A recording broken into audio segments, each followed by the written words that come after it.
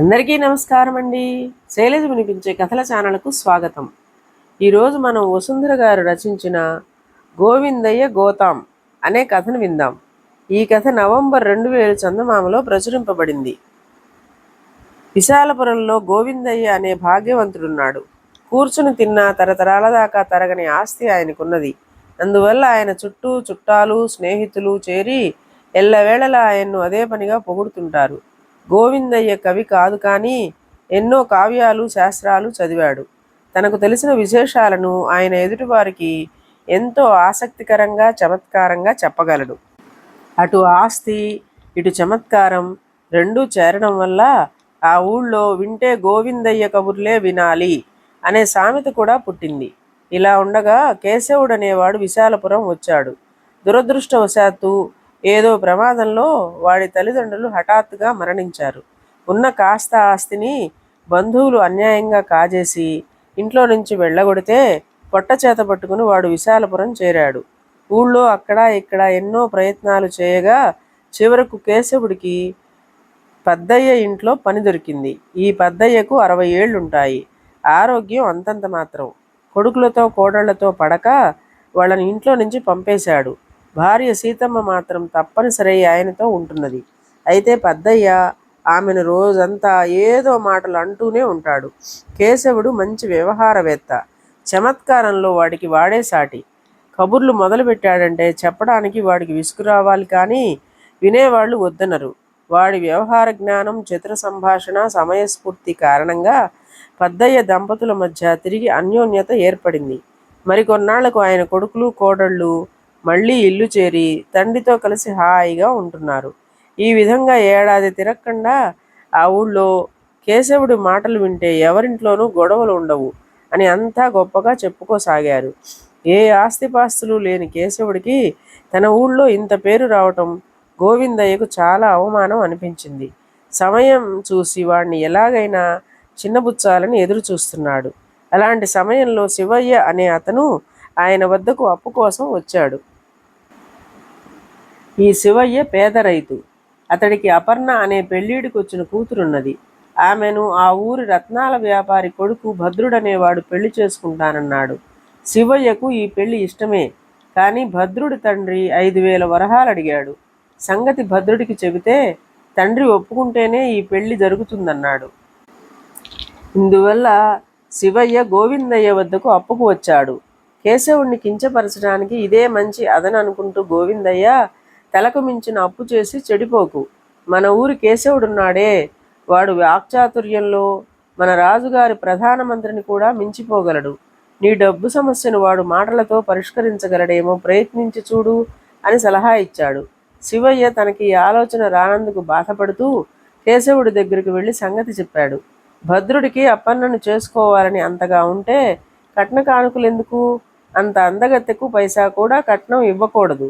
ఆమెకి ఇష్టమైతే నేనే ఆమెను పెళ్లి చేసుకుంటాను అన్నాడు కేశవుడు.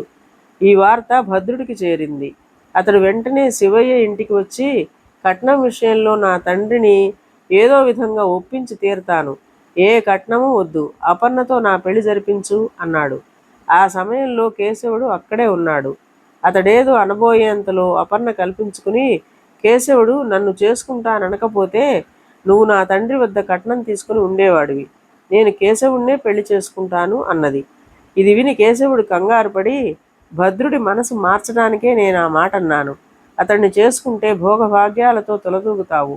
తాత్కాలిక ఆవేశంలో తొందరపడి నిర్ణయం తీసుకోకు అంటూ అపర్ణను హెచ్చరించాడు.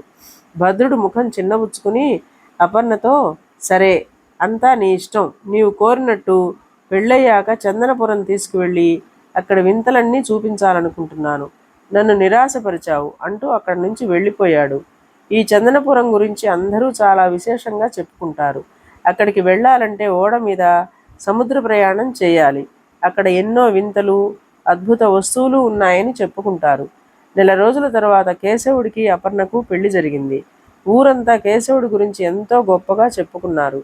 గోవిందయ్య కేశవుడి తెలివికి ముక్కున వేలేసుకున్నాడు. కేశవుడి ఇంట్లోనే సమస్యలు సృష్టించి అతన్ని ఇబ్బంది పెట్టాలని ఆయనలో పట్టుదల కలిగింది. ఒకనాడు గోవిందయ్య కేశవుడింటికి వెళ్ళి, నేను చందనపురం వెళుతున్నాను, నీ భార్య అపర్ణ నాకు కూతురు లాంటిది. ఆమెను నాతో పాటు తీసుకువెళ్ళి చందనపురం చూపించాలని ఉన్నది. నీకు అంగీకారమేనా అని అడిగాడు. 1-2 నెలల తర్వాత మేము ఇద్దరం కలిసి చందనపురం వెళ్ళాలనుకుంటున్నాము. మీ మాట కాదన్నందుకు ఏమీ అనుకోకండి అన్నాడు కేశవుడు తాపీగా. తన పథకం పారనందుకు విచారపడుతూ గోవిందయ్య ఒక్కడు మరునాడు చందనపురం వెళ్ళాడు. ఇది జరిగాక కేశవుడికి తన భార్యకు చందనపురం చూపాలని పట్టుదల వచ్చింది. అతడి మామ శివయ్య ప్రయాణానికి అవసరమైన డబ్బు ఇచ్చాడు. కేశవుడు భార్యతో బయలుదేరి చందనపురం వెళ్ళాడు. 4 వారాల తరువాత గోవిందయ్య చందనపురం నుంచి తిరిగి వచ్చాడు. అక్కడి విశేషాలు తెలుసుకునేందుకు చుట్టాలు, స్నేహితులు ఆయన ఇంటికి వచ్చారు. గోవిందయ్య వాళ్లతో ఈ భూమి మీద అలాంటి నగరం ఉన్నదంటే నమ్మడం కష్టం అంటూ వాళ్లకు తను తెచ్చిన కొన్ని వస్తువులు చూపించాడు. వాటిలో అందమైన పట్టు చీరలున్నవి, తళతళ మెరిసే కుచ్చుటోపీలున్నవి, నగిషి చెప్పులున్నవి, ఇంకా అనేక విచిత్ర వస్తువులు ఉన్నవి. మీకింకా చెప్పవలసిన చాలా వింతలున్నవి. 1 వారం ఆగి రండి అన్నాడు గోవిందయ్య వాళ్లతో. అయితే వారం గడిచినా గోవిందయ్య ఇంటికి ఎవరూ రాలేదు. కారణమేమంటే ఈ లోపల కేశవుడు భార్యతో చందనపురం నుంచి తిరిగి వచ్చాడు. తనకు తెలిసిన వారందరికీ రకరకాల వస్తువులు బహుమానంగా ఇచ్చాడు.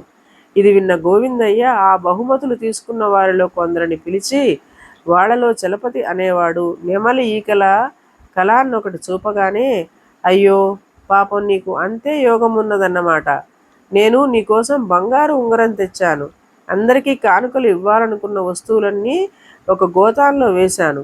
ఓడ దిగే సమయానికి ఎక్కడ పోయిందో మరి, ఆ గోతాం దొరకలేదు అన్నాడు. ఆ సమయంలో అక్కడికి వచ్చిన కేశవుడు గోవిందయ్య గోతాం కథ విని తనలో తాను నవ్వుకున్నాడు. కేశవుణ్ణి చూసిన గోవిందయ్య, ఏం కేశవా, నువ్వు నా కోసం ఎలాంటి బహుమతి తెచ్చినట్టు లేదే అన్నాడు. కేశవుడు బాధ నటిస్తూ, నా దగ్గర వస్తువులు ఎక్కువై సర్దేందుకు చోటు లేక కొన్ని మీ గోతాంలో వేశా కదా, అందులో మీకోసమని తెచ్చిన ముత్యాల హారం ఉంది. అయ్యో, ఆ గోతాం పోయిందన్నమాట అన్నాడు. కేశవుడి చమత్కారం తెలిసిన అక్కడ ఉన్న వాళ్ళందరూ గొల్లుమన్నారు. అప్పటి నుంచి కేశవుడు తనని ఇంకెవరైనా నా కోసం చందనపురం నుంచి ఏమీ తేలేదే అని అడిగితే, ఏం చేసేది, దాన్ని గోవిందయ్య గోతాంలో వేశాను కదా, పోయింది మరి అనేవాడు. ఇదండి కథ. ఈ కథ మీకు నచ్చినట్లయితే లైక్ చేయండి, షేర్ చేయండి, కామెంట్ చేయండి, సబ్స్క్రైబ్ చేసుకొని నన్ను ఎంకరేజ్ చేయండి. నమస్కారం అండి.